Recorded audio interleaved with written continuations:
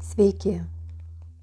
Šiandieną susitinkame paskaityti ištrauką iš Barucho knygos 4 skyriaus ir 5 skyriaus.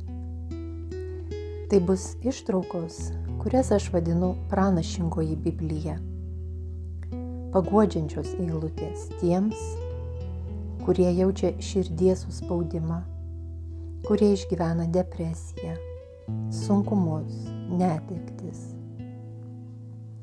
Paklausykite ir ten, kur yra žodis Jeruzalė, įsirašykite savo vardą.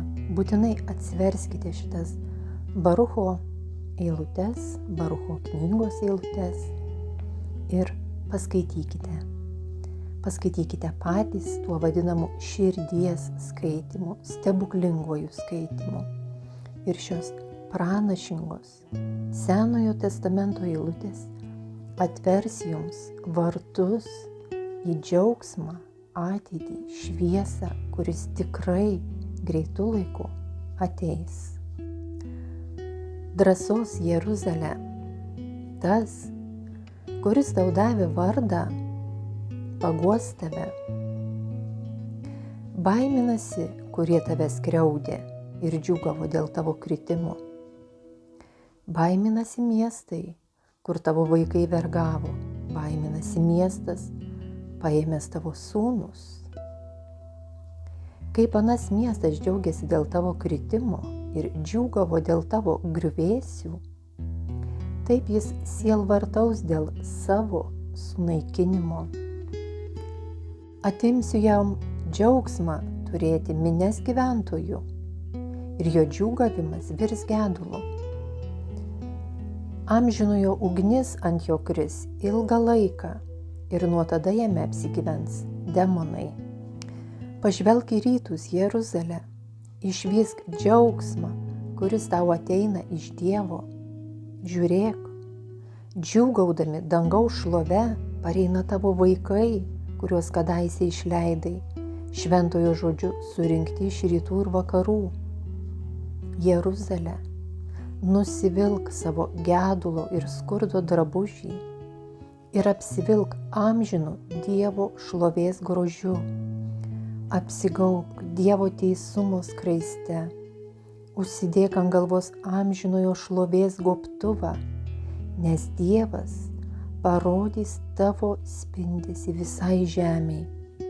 Tu būsi amžinai Dievo vadinama ramybė per teisumą ir šlove per Dievo garbinimą.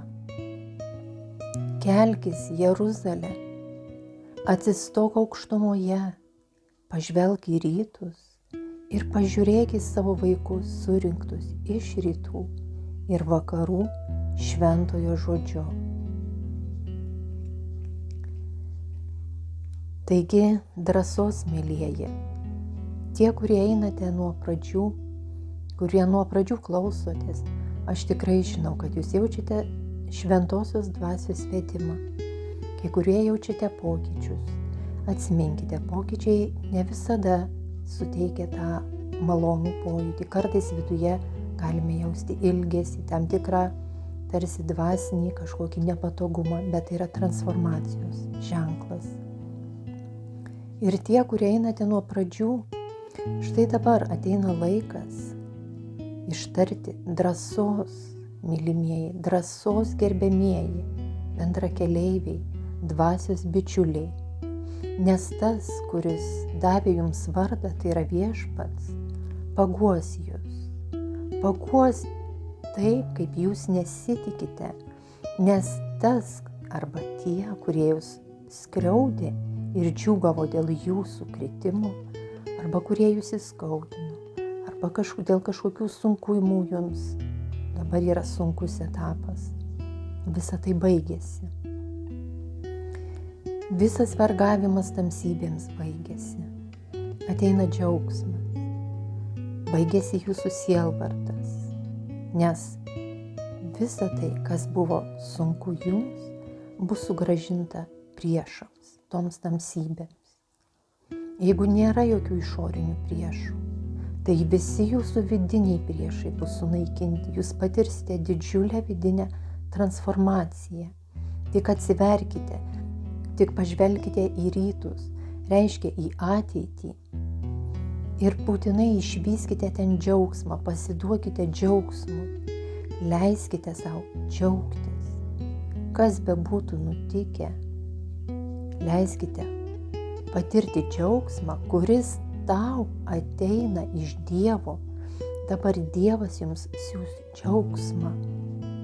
Dievas jums siūs šlovę, tą dvasios šlovę. Visa, ką jūs buvote praradę, jums sugrįš. Visas jūsų vidinis išsibarstymas bus surinktas. Rekolekcijos ir yra žodis, kuris reiškia surinkti. Ir visa tai bus padaryta šventojo žodžiu. Ir Viešpats jums tiesiog įsako, nusivilkite savo gedulo ir skurdo drabužį, nebeliūdėkite, laikas džiūgauti, nebesijauskite tie dvasios vargdieniai, apsivilkite amžinų Dievo šlovės grožiu.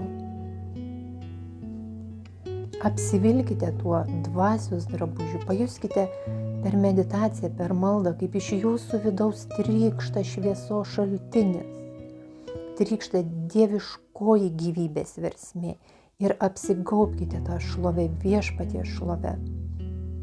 Apsigaubkite Dievo teisumo skraiste, nes po visų negandų, po visų netekčių ir skausmų, kai vyksta dvasinis pokytis, jūs tampate teisumo ženklu. Užsidėk ant galvos amžinojo šlovės gobtuvą, nes Dievas parodys tavo spindesį visai žemei, tai reiškia visai jūsų aplinkai. Tu būsi amžinai Dievo vadinama ramybė per teisumą. Būkite ramūs per teisumą. Teisybė yra ramybė. Teisybė nesigina ir nekovoja. Ir šlovė per Dievo garbinimą. Pagarbinkit Viešpatį ir visa tai jūs ištiks visa tai, kas šitoje Barucho knygoje pasakyta. Atsistok aukštumoje, reiškia savo aukštumoje, savo širdies vidinėje aukštumoje, savo toje vidinėje bažnyčioje. Iškelkite rankas į dangų, pašlovinkite Viešpatį. Pažvelk į rytus, dar kartą pakartoja, į ateitį, mėlieji, į rytojų, bet iš čia ir dabar šviesos. Nebesigręžiokite į praeitį. Viskas, kas buvo sunku, visi priešai nugalėti. Nes Dievas nori, kad jūs būtumėt laimingi. Tegul paguodžia šitie Barucho knygos žodžiai jūs. Skaitykite juos, skaitykite tol, kol pajusite tą dvasios įkvėpimą ir šviesą.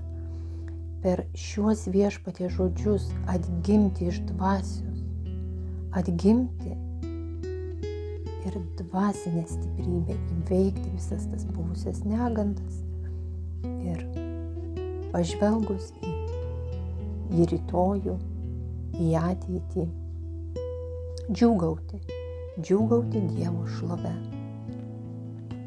Būkite palaiminti. Iki kitų susitikimų.